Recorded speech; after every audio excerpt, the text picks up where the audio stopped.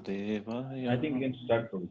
Om Namo Bhagavate Vasudevaya. Om Namo Bhagavate Vasudevaya. Narayanam Namaskritya Naram Chaiv Narottamam Devim Saraswatim Vyasam Tato Jayamudirye Nashtaprayeshu Abhadreshu Nityam Bhagavata Sevaya Bhagavati Uttam Shloke Bhaktir Bhavati Nashtiki. So, continuing with the discussion of Srimad Bhagavad Gita as it is, chapter 3, text 25 onwards. So, we'll try to cover 25 through 35. That's a theme. So, Krishna says further Sakta karmani vidvanso yatha kurvanti bharata kuryat vidvans tatha sakta chikirshur lok sangraham. As the ignorant perform their duties with attachment to results, the learned may similarly act, but without attachment, for the sake of leading people on the right path. So far, Krishna was saying that he also does his duties, otherwise, people will follow his example and the society will go to hell. Now he is changing the theme a little. As the ignorant perform their duties with attachment to the results, the learned may similarly act. Means the action will be same, but inside the consciousness is that he is doing it without any attachment for the sake of leading people on the right path. And Prabhupada is writing, a person in Krishna consciousness and a person not in Krishna consciousness are differentiated by different desires. A Krishna conscious person does not do anything which is not conducive to development of Krishna consciousness. He may even act exactly like the ignorant person who is too much attached to material activities, but one is engaged in such activities for the satisfaction of his sense gratification, whereas the other is engaged for the satisfaction of Krishna. So, big difference. Big difference is not in the activity, but in the consciousness with which we carry out the same activity. So, people have their jobs, their businesses. So, a devotee acts. He also has to do his job or business, but he acts in the consciousness is it is for Krishna's service, and he does it, and he might perform it even better than another person who is doing it for himself. Because if it is for Krishna, if it is for pleasure of Krishna, if it is improve my service to Krishna, and the person who is doing Krishna is working for the pleasure of Krishna, he will do it even better. Just like after this Bhagavad Gita, Arjun fought the war, and the other side, Duryodhan, Karna, and everybody was fighting. Of course, Arjun came out victorious, but his fight is still remembered because he fought so bravely, so wholeheartedly, because he was doing it for Krishna, for the pleasure of Krishna, not for his own sake. So the devotees may perform similar acts, but they might be doing it better than others because they know who's the real owner, who's the real enjoyer of these activities. And by pleasing Krishna, one is not in any way a loser. In fact, he is a gainer because when we please Krishna, then our senses get more pleased. When we try to please our senses, we'll still have some shortcoming. But when we please Krishna, our senses get more pleased. We get more happy. We become more happy. And moreover, when we're trying to serve Krishna, anything that is lacking, that Krishna also declares it in later chapters, Krishna fulfills it. Krishna takes care. So in bhakti, in service to Krishna, it's always a win-win situation. There's nothing lacking. And Krishna, he takes care of other things also. If we are lacking anywhere, in any shortcoming, so Krishna will take care. Text 26. Na buddhi bhedam janayed jnanam karma sanginam joshet sarva karmani vidvan yukta samacharan. So as not to disrupt the minds of ignorant men attached to the fruitive results of prescribed duties, a learned person should not induce them to stop work, Rather, by working in the spirit of devotion, he should engage them in all sorts of activities for the gradual development of Krishna consciousness. So, very, very important shloka for all the preachers. Not to disrupt the minds of ignorant men attached to fruitive results of prescribed duties, means attached to karmic activities. A learned person, a person who is Krishna conscious, he should not induce them to stop work, but he should engage them in all sorts of activities for the gradual development of Krishna consciousness. Again, it's a gradual process. We are not going to overnight become a full-fledged devotee and go back to home, back to Godhead. Well, in some cases, it might happen. Krishna can do anything. But in general case, it's a gradual development. So we should not induce anybody else that, oh no, you should give up your work and just join the temple full time. Because the sanskaras, every soul is on its own journey. They have their own level of consciousness. They have their own sanskaras. They have their own emotions attached with them. They have their own path or process. So we have to understand that and then engage them slowly, or induce them on the path of bhakti. Path of bhakti is not by force. Path of bhakti is by love and compassion. Just imagine, remember when Srila Prabhupada, he came to the West and he was after so much of struggle, struggling in Bowery and other places, somehow he got this place at 26 Second Avenue in New York. And even over there, it wasn't like he had so many disciples and working for him, running around. No. In the beginning, he was cooking for them. He was personally cooking for them, serving them, cleaning up after them. And he didn't even ask them to do anything. And slowly, after a few days, one person, he got up, he said, Swamiji, can I help you in cleaning the dishes? And Prabhupada said, yes, I was waiting for somebody to ask. And just imagine position of Prabhupada, Mahabhagavat, pure devotee, and he was 70 years old, and all these boys were 20, 25 years old. And Prabhupada just let them enjoy the prasadam, get the philosophy properly, and then slowly develop into, urge them to, it came from inside that they should serve. So that process was perfect.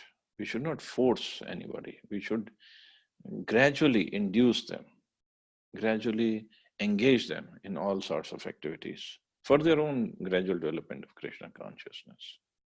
So a devotee, a preacher, has to be very, very intelligent in this case. Because normally our tendency is, okay, I know I got this process now, and everybody, especially in my family, they should take it up right now, right away. Without understanding, they are all individual souls. They are on their own path of progress. Their own consciousness is there. Everybody has different sanskara they're bringing. Everybody has different desires. So we cannot force anybody. And moreover, we should think, how long did it take for me to take up the process seriously? It took a long time. So how can we expect others to take it up overnight? Not going to happen. And moreover, if we force people to take it up like that, then we will antagonize them also. We'll put them off, turn them away. It can happen. Just to give an example, for me also, when I had started going to the temple in Dallas, and once one Mataji caught hold of me, and she was like, I'm going to make this boy Krishna conscious today only. And obviously you resist, because this is not something that you want to take it up. You are in the temple just for some prasada. And she was telling, oh, and obviously I can say on recording, I was a non-vegetarian that time. And she asked me, do you eat chicken? I said, yes, I don't eat chicken. I love chicken. And she said, you're going to become chicken next life. I said, okay, first of all, I don't know what's going to happen in next life. And if I become a chicken next life, then I'll at least help somebody in feeding his stomach, filling his stomach up. So what's the problem? So, so that really put me off. I said, what kind of people are these? What kind of talks they do here? But somehow, few months later, nice senior mature devotee, he preached to me, and I took it up seriously. But this is what we have to understand. We cannot change anybody overnight. Only way is by showing love and compassion. And when they themselves come out, okay, Prabhuji, give us some service. Let us do some service. Then we induce them in service, engage them in some service. And slowly, slowly, people will take up, because this is the original position of the soul, to serve Krishna. But the mind and the consciousness, sometimes it becomes so heavy that the original position doesn't come out. And they just don't want to. They rebel. They retaliate. No, I don't want to take it up. Prabhupada is writing, Vedasya sarver aham ev vedya. That is the end of all Vedic rituals. All rituals, all performances of sacrifices, and everything that is put into the Vedas, including all direction for material activities, are meant for understanding Krishna, who is the ultimate goal of life. But because the conditioned souls do not know anything beyond sense gratification, they study the Vedas to that end. But through fruitive activities and sense gratification regulated by the Vedic rituals, one is gradually elevated to Krishna consciousness. Therefore, a realized soul in Krishna consciousness should not disturb others in their activities or understanding, but he should act by showing how the results of all work can be dedicated to the service of Krishna. Forget about people who are just doing their day-to-day activities for themselves. Even people who come into Krishna consciousness, the who are in the beginning stages, even with them one has to deal very, very lovingly and compassionately. Of course, when somebody is very advanced, we deal with them lovingly and compassionately. But even the persons who have come, because we have to understand they're still carrying so much of baggage with them, baggage of emotions, baggage of sanskaras.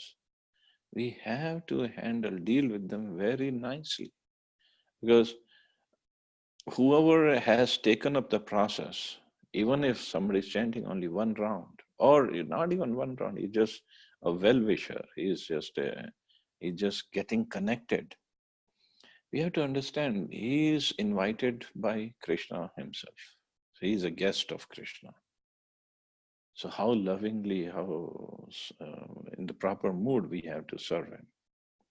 So he doesn't, first of all, he doesn't run away, and he takes up the process seriously, and he makes advancement. We are servants of Krishna, and he or she is a guest of Krishna. So obviously his position is much better than ours. So we have to act in that way. A person who's really advanced.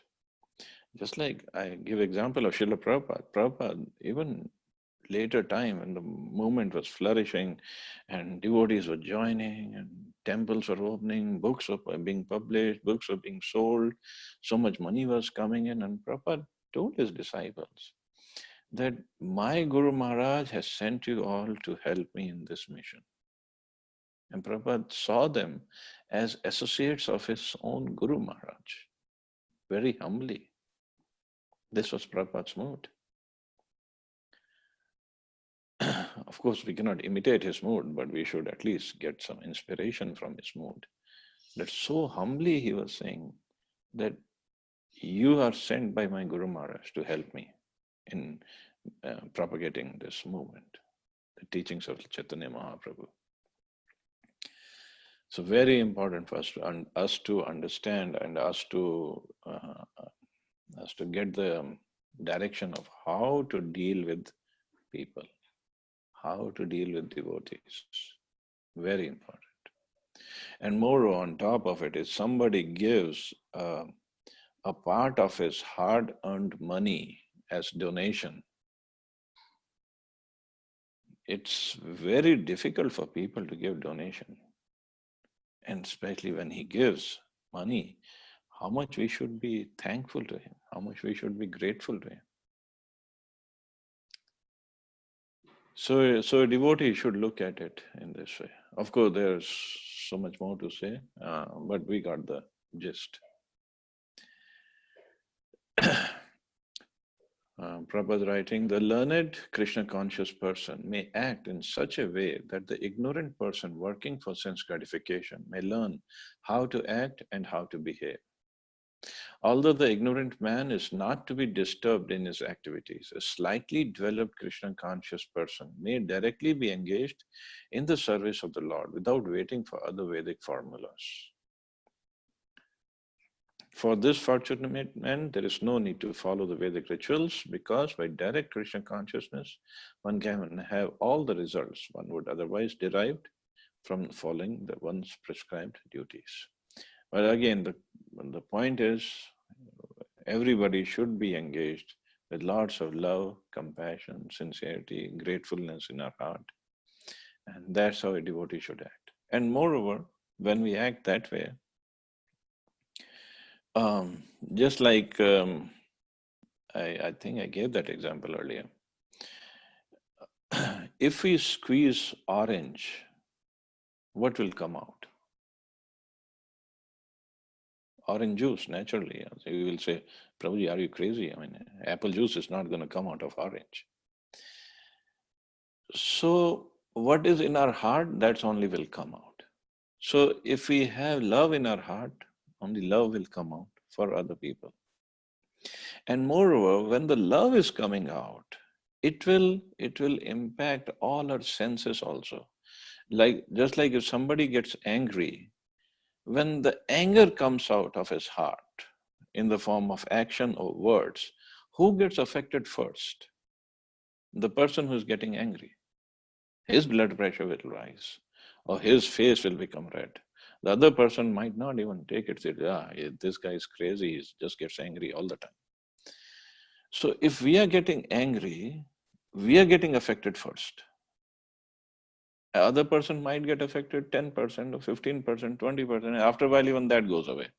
Every mother knows how to deal with the kids. Kids don't even bother. Mother is getting angry, let her.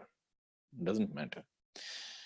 So when we deal with others in a loving, grateful, sincere manner, compassionate manner, who gets the effect of love and compassion first? Ourselves.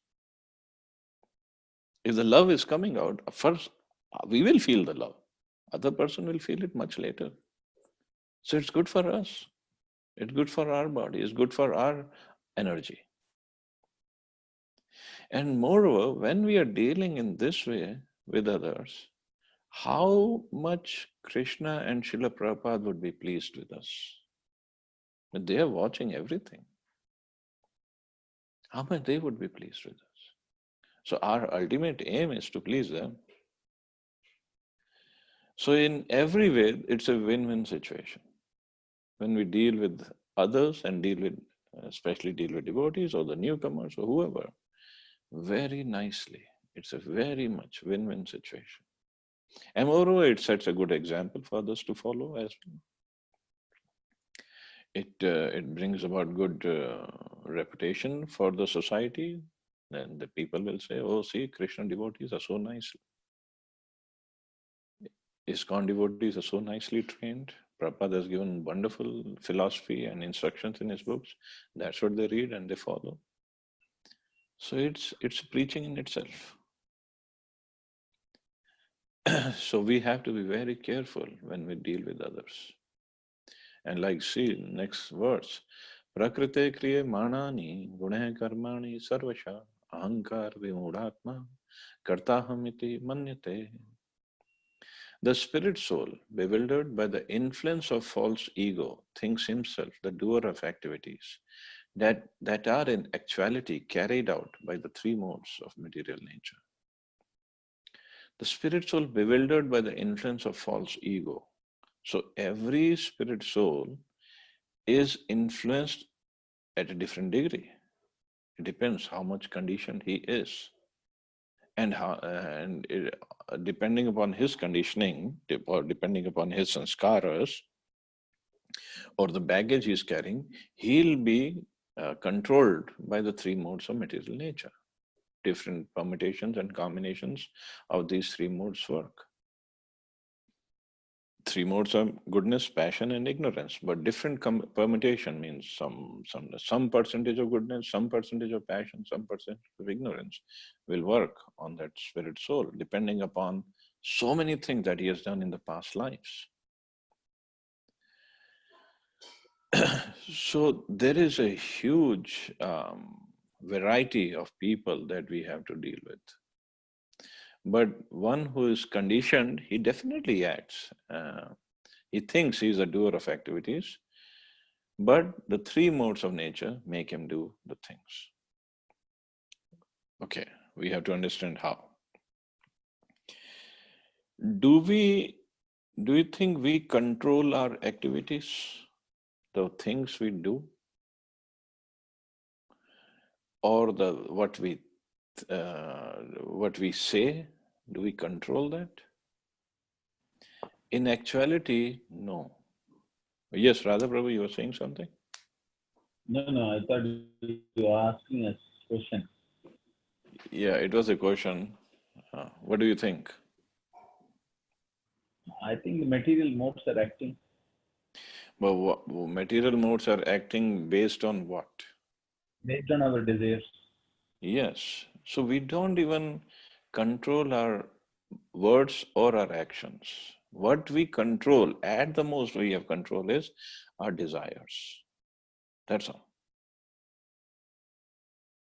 Or what we think. Very important to understand. We don't control our actions. What we desire, what we think, basically they take, like before any action, there are so many things go on in the mind. In Bhagavatam it is written, thinking, feeling, willing, and then action. Action could be words or action could be by body. So it starts with thinking. It starts at the thinking stage or desires. So we have to understand. But the thinking is ours. It's not like we can say somebody else is thinking for us. It's not like that. So that thinking process is influenced by the people or the things we associate with.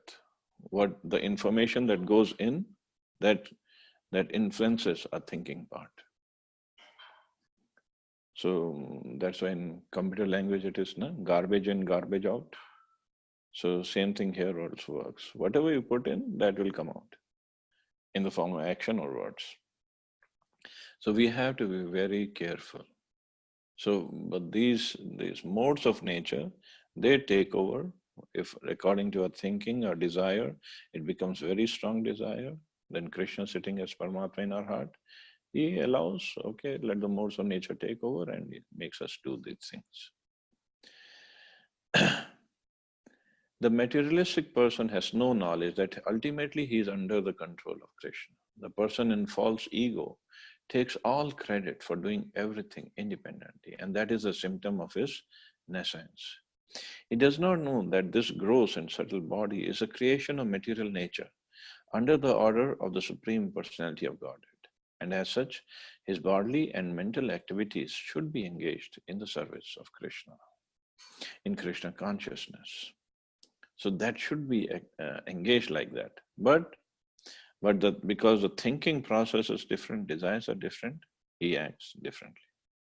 So similar, that's why we have to keep the thought processes proper. We have to just try to control our thoughts because they will sooner or later transform into action or words.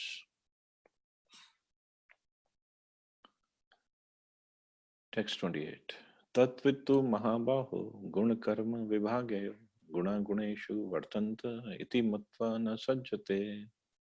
One who is in knowledge of the absolute truth, almighty armed, does not engage himself in the senses and sense gratification, knowing well the difference between work in devotion and work for fruitive results. So, one who is in the knowledge of the absolute truth means one who is engaged in the service. When one who is in knowledge, he'll definitely engage in the service. And then his thinking process will be different, his desires will be different. So, he will not engage himself in the senses and sense gratification.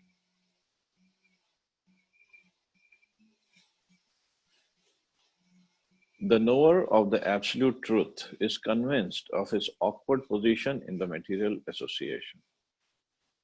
He knows that he is part and parcel of the Supreme Personality of Godhead and that his position should not be in material creation. He knows his real identity as part and parcel of the Supreme, who is eternal bliss and knowledge, and he realizes that somehow or other he is entrapped in the material conception of life. In his pure state of existence, he is meant to dovetail his activities in devotion service to the Supreme Personality of Godhead, Krishna. He therefore engages himself in the activities of Krishna consciousness and becomes naturally unattached to the activities of material senses. So, this is a process that once we come to the level of understanding who we are, I am a spirit soul, and spirit soul is made of Sat, Chit, and Ananda, eternal and full of knowledge, full of bliss. Why I am engaging in these activities, which are temporary, no knowledge, full of ignorance, and it doesn't give pleasure at all to the soul. It might give some uh, comfort to the body and it might give some satisfaction to the mind, whatever we do. Actually, this is what we work for in the material world. Some comfort for the body. So we have nice hot weather in Delhi. So let's sit in a air conditioned room or take nice cold shower or something just to keep our body comfortable. And then once our bodies are comfortable, we have made enough arrangements for the comfort of the body. Then we do some activities for the society, for the community, to satisfy the mind also. Okay, I have done something, some charity I have done, some puja I have done, something. But actually, soul is beyond that. The activities of soul are to be engaged in the service of Krishna. So he relishes to the complete extent the original position, original constitution that I am full of eternal, I'm full of knowledge and bliss. So this we have to remind ourselves every day. This is what my position is. I'm an eternal soul. I'm not this body. Of course, we have to maintain the body. We have to keep the body healthy, keep the relationships properly, keep proper upkeep of the house and everything. We have to take care. But the most important part is the soul and the spiritual activities. So we have to try to make a balance between the two. But the most important is still the activities of the soul and the pleasure of the soul. So this we have to remind ourselves every day. We don't have to remind ourselves that I am this body. That we know. Of course, falsely, but we know. And we'll work for the body. The soul is what we don't see. That's why we don't really work for it. But that's what the scriptures are there for us to remind us every day. I'm not this body. I'm a spirit soul. What kind of spirit soul? Eternal, full of knowledge, full of bliss. And other qualities are there. Like soul is full of love. Krishna is full of love. So soul is part and parcel of Krishna. So soul is also full of love, full of compassion, full of mercy. So when we deal with others, we have to remember these qualities of the soul and deal accordingly. And then the soul, the real pleasure of the soul will be there. Of course, when we come to 12th and 13th chapter of Bhagavad Gita, we'll see all the wonderful qualities that Krishna lists. And actually, when we were discussing in other classes of those qualities, everybody was thinking we should take a printout of this and just put it on all the walls of our house. So it keeps on reminding us these are the qualities we have to have that pleases Krishna. And very difficult to attain those qualities actually. If you want, I can send you on the WhatsApp group the qualities that Krishna is describing that we have to have. But that doesn't mean we should get put off. I cannot develop those qualities, so this is not for me. No, this bhakti is for us, and slowly we will develop. And at the same time, yes, by chanting, those qualities will come in us. But by doing devotional services, but at the same time, we have to try to cultivate those. We have to, when we are dealing, we have to, for a second, we should stop. Am I acting according to those qualities or am I acting on my own? What I have acquired from material nature.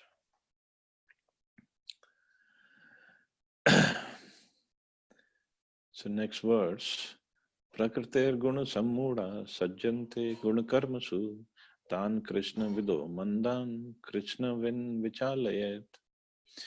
Bewildered by the modes of material nature, the ignorant fully engage themselves in material activities and become attached. But the wise should not unsettle them, although these duties are inferior due to performers' lack of knowledge. So again, Krishna is saying, wise should not unsettle the ignorant man who is acting on the material platform. Slowly, a person should be engaged in the service of Krishna. And when he gets this higher taste, he'll automatically give up the lower taste that he achieves, that he attains by acting in material activities. But this higher taste has to come on its own. We cannot force, like somebody, like if we have to make somebody eat rasgulla, we cannot force him and say, see, now how tasty it is, how sweet it is. We cannot force him. So similarly, bhakti, you cannot force. Men who are ignorant cannot appreciate activities in Krishna consciousness, and therefore Lord Krishna advises us not to disturb them and simply waste valuable time. But the devotees of the Lord are more kind than the Lord because they understand the purpose of the Lord. Consequently, they undertake all kinds of risks, even to the point of approaching ignorant men, to try to engage them in the acts of Krishna consciousness, which are absolutely necessary for the human being. But at the same time, we have to understand we shouldn't, if the person is so much attached, should not unsettle. We try to not preach him fanatically. We try to give him some prashadam, at least try to speak nice words. That really helps. Like there is the Prabodhanand Saraswati Maharaj, Prabodhanand Saraswati Thakur, he has said how to preach to material people. He said, you should preach to them. You should first approach them humbly and humbly he said, with a piece of grass, a piece of straw in your mouth. Humbly approach them and tell them, first glorify them. Oh, you have learned so much. You have so much of knowledge, so much of good qualities. But then once they are pleased by your humble approach, then you tell them, okay, whatever you learned so far, please forget all of this and now listen to the right knowledge. But this humble approach is what makes devotees more pleasing, more good to be dealt with. So that should be our approach, not like I'm chanting for so many years and you all are karmis, you all are going to go to hell or you're going to become chicken next life and this is it. That will not do it. No way. Prabhupada, although he dealt with devotees very nicely, but in his lectures, even from the very beginning, he kept on banging, "You're fools and rascals." But Prabhupada could do that. Prabhupada was pure devotee. Any word that comes off his mouth will have proper effect on our hearts. So Prabhupada could do that. And Prabhupada did say that I was an old man. I could say things like that, but you can't say that. So we cannot imitate Srila Prabhupada either. We cannot go on the street and tell everybody, you're fools and rascals if you don't take up to Krishna consciousness. Who will join? Nobody. So we have to have a very humble, loving, compassionate approach. And then people will slowly turn up towards Krishna consciousness. Mai sarvani karmani sannyasya chetasa nirashir nirmamo bhutva yudhyasva vigat jvaraha. Therefore, Arjun, surrendering all your works unto me, with full knowledge of me, without desires for profit, with no claims to proprietorship, and free from lethargy, fight. This verse clearly indicates the purpose of the Bhagavad Gita. Prabhupada is writing. Very nice. O Arjun, so in third chapter, Krishna is telling Arjun to fight. Arjun, surrendering all your works unto me, with full knowledge of me, that who am I and who are you, and what's our relationship, without desires for profit, with no claim to proprietorship. Just imagine position of Arjun and what he has to do. Surrender everything to Krishna, knowing the position of Krishna, and without desiring that I will win or whatever, I'll gain a big kingdom and I'll enjoy later on. No desire for profit. No claims to proprietorship, that this war is my war. I'm fighting for my honor, my sake, my country, or my kingdom, or my brother, my wife. And free from, and then even after that, free from lethargy. Means do not be alsi when you're fighting. And Krishna says, fight. That is Krishna consciousness, actually. So just like when we are serving Krishna, there's nothing that belongs to us. Everything belongs to Krishna. We have to understand. But we cannot show any laziness either when we are serving Him. This is what pleases Him. The Lord instructs that one has to become fully Krishna conscious to discharge duties, as if in military discipline. Such an injunction may make things a little difficult. Nevertheless, duties must be carried out with dependence on Krishna, because that is the constitutional position of the living entity. Why Krishna is saying all this? It's not like he's a dictator or an autocrat or something, that you all do everything for me. Dictators might say that in material world. You have nothing, you have no claim for proprietorship, no profits, nothing, but you still work for me as if everybody's a slave. But Krishna, why is he telling us to do that? Why? Because he knows if we do that, we will attain the spiritual world where we'll live in permanent, ever increasing happiness, bliss. He is a best well-wisher, best friend. So that's why he's saying that. Just like in political world, all these politicians, they want their names to be sung. They want their followers to chant, yes, this and this, Jindabad, Modi Jindabad, or this Jindabad, Rahul Gandhi Jindabad, and this. They want their followers to take their names, chant their names. Krishna also says, chant my name, take my name. What's the difference? When we are chanting the name of Modi or Rahul Gandhi or any ABC sports person or any person, we are not going to get liberated. In fact, we are going to go to hell by using the energy of Krishna in the service of somebody else. But if we chant Krishna's name, and Krishna's name is non-different from him.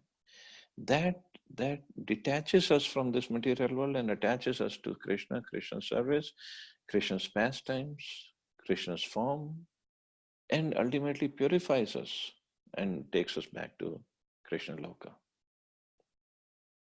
So tendency to chant name is there, but now we have to see whose name we have to say, whose name we have to chant. And Krishna tells us to chant because he knows it's not like he wants us to chant, because he knows it's our requirement, it's our necessity. So similarly, that's what he's telling in this verse. Do the work for me. Fight. And that is for Arjun. For us, we have to do our duties, our work, but in that manner, with full knowledge of Krishna, full dependence on Krishna, without claims of proprietorship, no desire of profit, free from laziness. We should still do our duties in serving Krishna. And that will liberate us actually. So what do we do? Should we stop here? It's already 1 hour, or since we started late, we can go on. I have 5 more verses to cover in this theme. Yeah, I think we can cover the book. Okay, text 31. Ye me matam idam nityam anutishtanti manva shraddhavanto anasuyanto muchyante te api karmabhi. Those persons who execute their duties according to my injunctions and who follow this teaching faithfully without envy become free from the bondage of fruitive actions. See, this is the effect of working for Krishna with the right mood. And see, Krishna is saying, who follow this teaching faithfully without envy become free from the bondage of fruitive activities. So this is the ultimate purpose of Krishna, to take us back home, back to Godhead.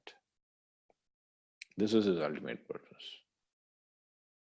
He doesn't want us to suffer here. So he gives his instructions. In the beginning of Krishna consciousness, one may not fully discharge the injunctions of the Lord, but because one is not resentful of this principle and works sincerely without consideration or defeat and hopelessness, he will surely be promoted to the stage of pure Krishna consciousness. So we have to just hang in there, keep on doing our services properly. So slowly, we will make progress. Ye tvetad abhisuyantu nanu tishtanti me matam sarvagyan vimunan stan vidhi nashtana chetasa. But those who, out of envy, disregard these teachings and do not follow them regularly are to be considered bereft of all knowledge, befooled, and ruined in their endeavors for perfection. So this is the instructions of the Supreme Lord. The flaw of not being Krishna conscious is clearly stated herein.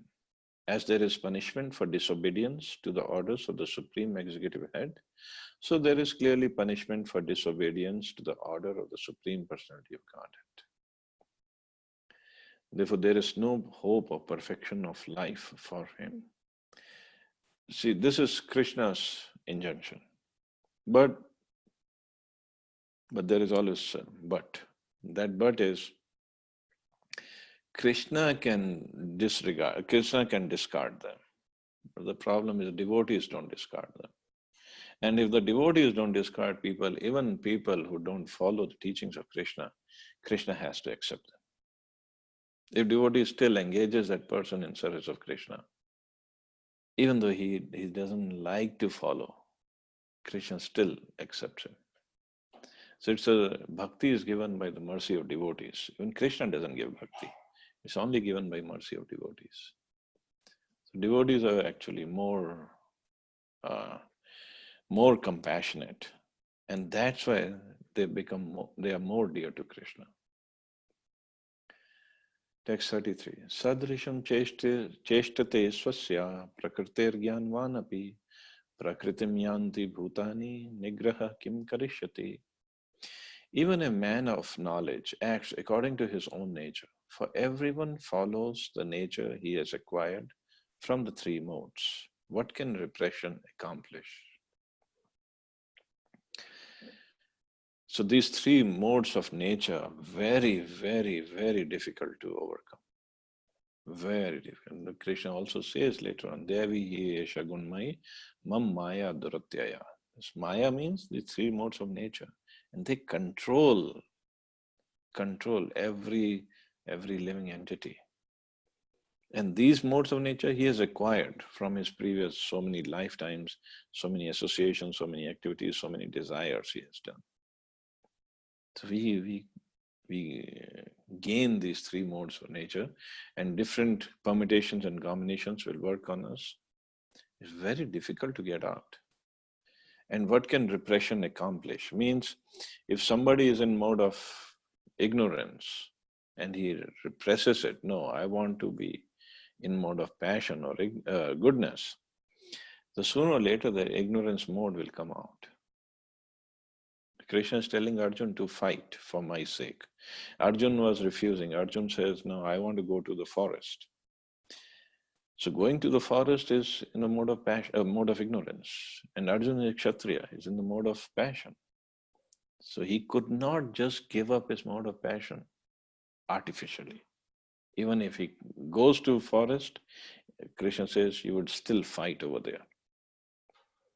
Arjun says, I would rather live by begging. So the one Acharya has explained that Krishna said, okay, you want to go live as a beggar? Okay, go. What will happen in the beggar society also at the end of the day when all the beggars come back? They show to each other what they got by begging. And generally over there it also happens. The stronger beggar will take the alms of the weaker beggar. He'll take the things that weaker beggar has got. Then Krishna is trying to tell Arjun that when you as a Kshatriya, because you are in mode of passion, you see these things happening, you will take up a begging bowl and beat up that stronger beggar. That why did you do this injustice to the weaker beggar? So Krishna indirectly saying, you're going to fight. So why not fight over here? Might as well fight here. So repression does not accomplish anything. Even when we come to bhakti, to Krishna consciousness, to the spiritual path, we have our own baggage of desires, of consciousness, of emotions, of sanskaras. If all of a sudden we try to suppress our desires, it will come out one day or the other later. Rather, we should transform those desires. We can also engage those desires in the service of Krishna. And in that way, we can transform them, not suppressing them. For example, suppose, we all have different desires that, okay, I want to watch movies. Somebody loves to watch movies, loves to sing songs, loves to listen to songs. That's a desire. We come to Krishna consciousness, bhakti, and we say, oh no, this is wrong. We should not sing songs. We should not watch movies. So we're listening to lectures, and in the lecture, yes, Swamiji, it's nice. I will not do this. I will not do that. But the desire is still there. So we transform that desire. You want to listen to songs? Listen to songs. Listen to Hare Krishna Kirtan. It's just wonderful. So many tunes. There are so many other bhajans there. Want to watch movie? Watch movie of Krishna. There's nothing wrong in watching movie. We have to just try to transform that desire. Try to spiritualize those desires instead of suppressing them. And even if in the beginning stages, just like, I used to, in the beginning when I started going to temple, took up the process of chanting, but the desires for watching movies was still there. And I would go to movie hall with my friends, but I still carry my bead bag with me. And they would say, what in the world are you doing? You're watching movie and chanting on your beads also? This is completely nonsense. I said, yeah, I know it is nonsense, but I cannot give up movies and I cannot give up chanting either. But slowly, the movies went away and chanting stays. So there's no need to suppress. We keep on doing our bhakti activities, and slowly, Krishna's name is very strong. It will remove all those other desires.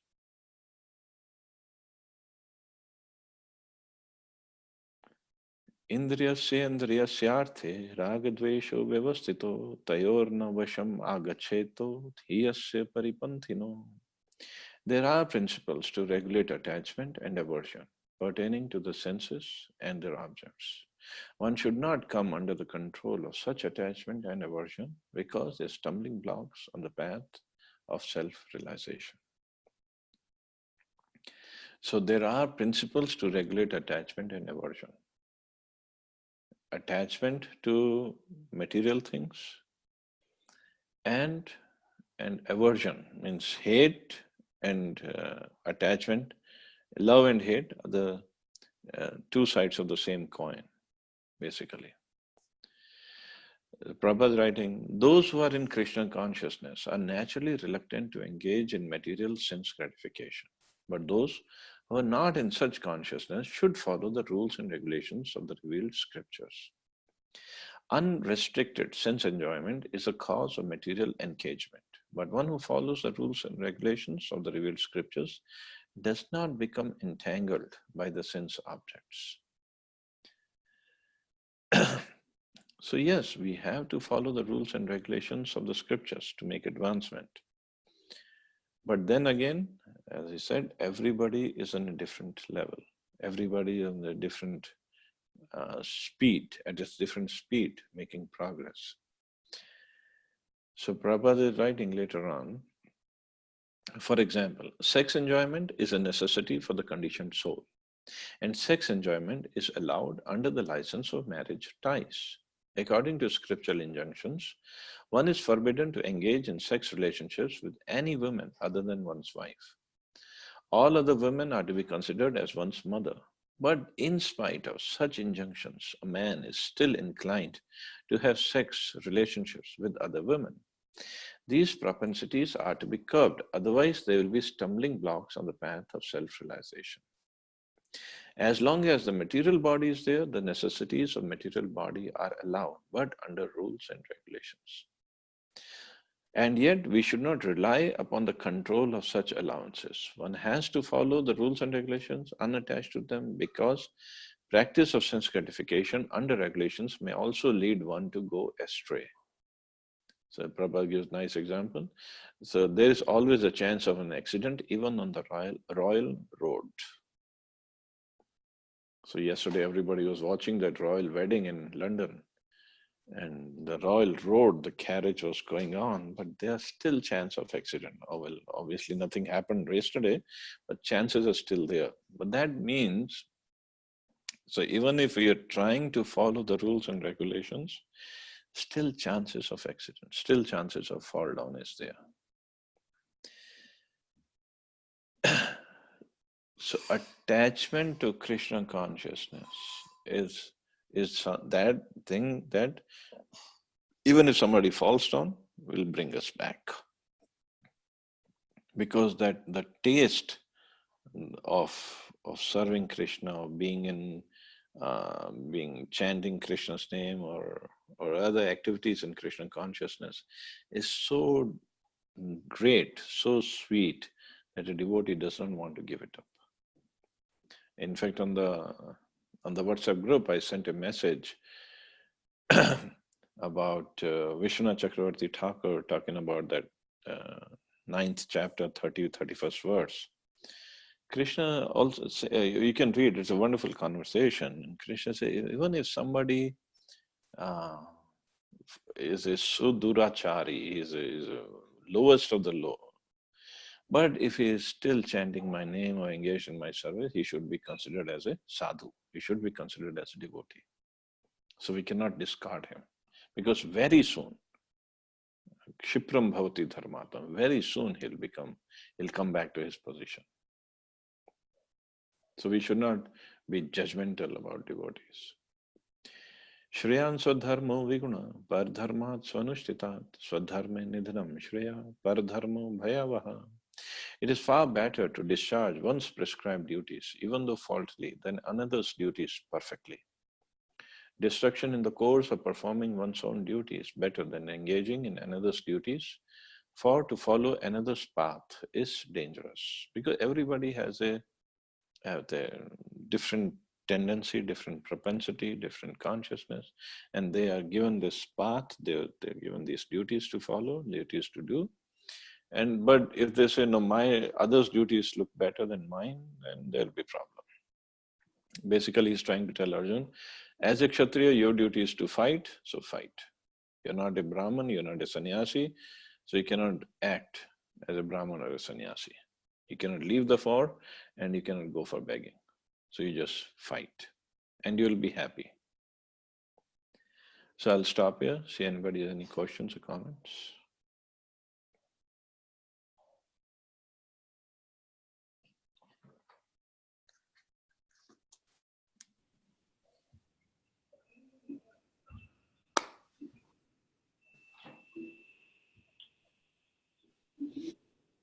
Hare Krishna, Prabhu.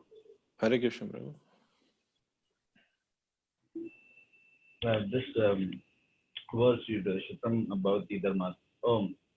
We should consider somebody engaged in devotional service as sadhu, you said. Even if we see some discrepancy in his dealings. Yeah, even if they're engaged in abominable actions, we should consider them as sadhu. Yeah, that's the instruction of Krishna. So this is like saying we should not judge anybody, right? Yeah, we should not judge anybody from activities what he is doing outwardly. It could be accidental, it could be fall down, whatever. Right. So now there are sometimes when you go to the temple where the devotees are trying to meet new people and preach, we see that they come to the new devotees like guests who come. They start talking about the following of all these rules and regulations. Sometimes they say, "Oh, you're not chanting 16 rounds." So somebody is coming on the first day, he gets a shock. So when we meet such devotees, we also should think that he's also doing something wrong. So we should look at him as sadhu, and how should we protect ourselves? Well, he is a sadhu. He's not doing anything wrong. All he is not mature enough to preach properly. That's all. So one does not have to really associate with a person like that. But in the mind, at least should give respect. That's a nectar of instruction, Rupa Goswami says, no? Yeah. No, we can respect them. Yeah, that is right. But then when they sometimes put pressure on you, like you don't want to associate with them, but they come and forcefully give their association. How do you handle that? Very humbly, we should stay away. If we're going to get disturbed by these kind of people, and we might mentally commit an offense, what's the point? Right. Yeah. Just humbly try to move away. Right. Okay. Thank you. Thank you, brother.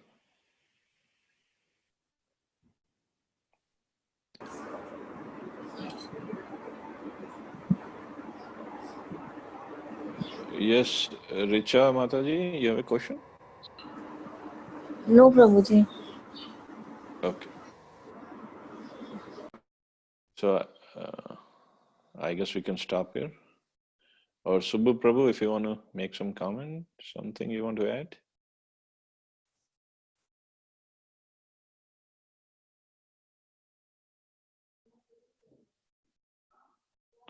Hare Krishna, Prabhuji. Hare Krishna, Prabhu. Prabhuji, this 30th verse, when Krishna says, Mahi sarvani karmani sannasya adhyatma nirashi and nirmamo bhuta, how do you actually do it in real life? How do you how do you surrender your actions, your fruit of actions, your ahankar and mamakaram? I mean, obviously, it, everybody knows, or at least a lot of people know what is to be done. Mm-hmm. And especially if somebody is not naturally inclined in devotional path. I'm not saying he's an atheist, but not, I mean, there might be a fear for God, but he might recognize the presence of God, but he might not be naturally inclined devotionally. Mm-hmm.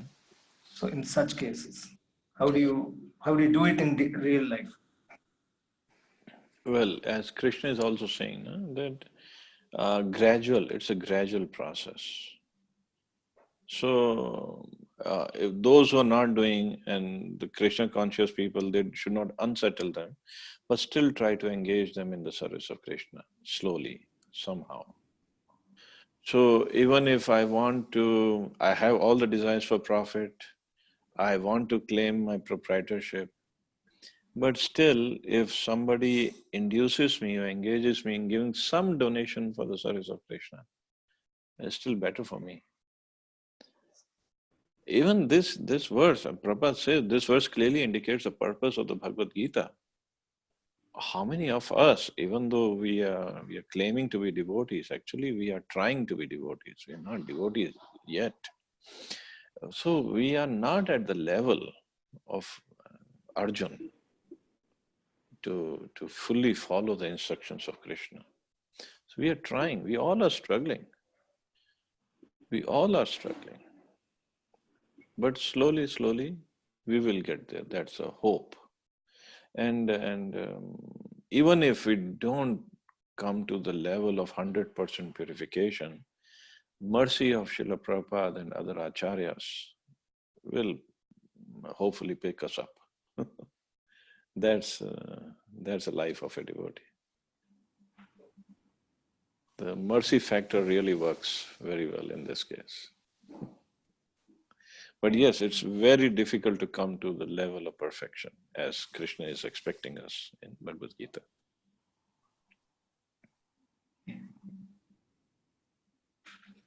Like there's a saying, na? Even the pauper is proud of his penny. So, as a devotee, we might not have anything, but we might still be proud of our dhoti or a kopeen or kurta. So, it's very difficult, very difficult.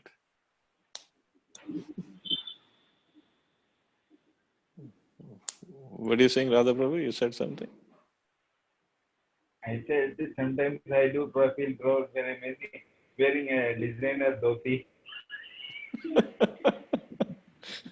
Yeah, so we do. But this is, I mean, whatever modes we have attained, it's very hard to give up. And we cannot just suppress those things.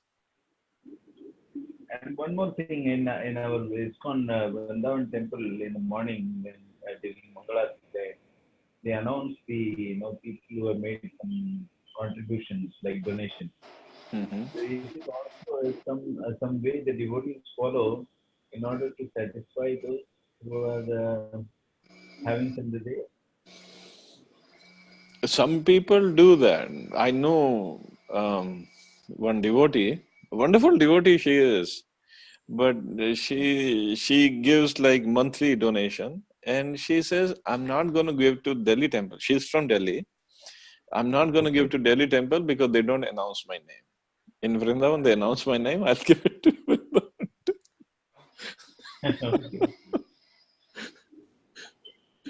So, okay, Krishna has his own way of getting the money, so that's okay.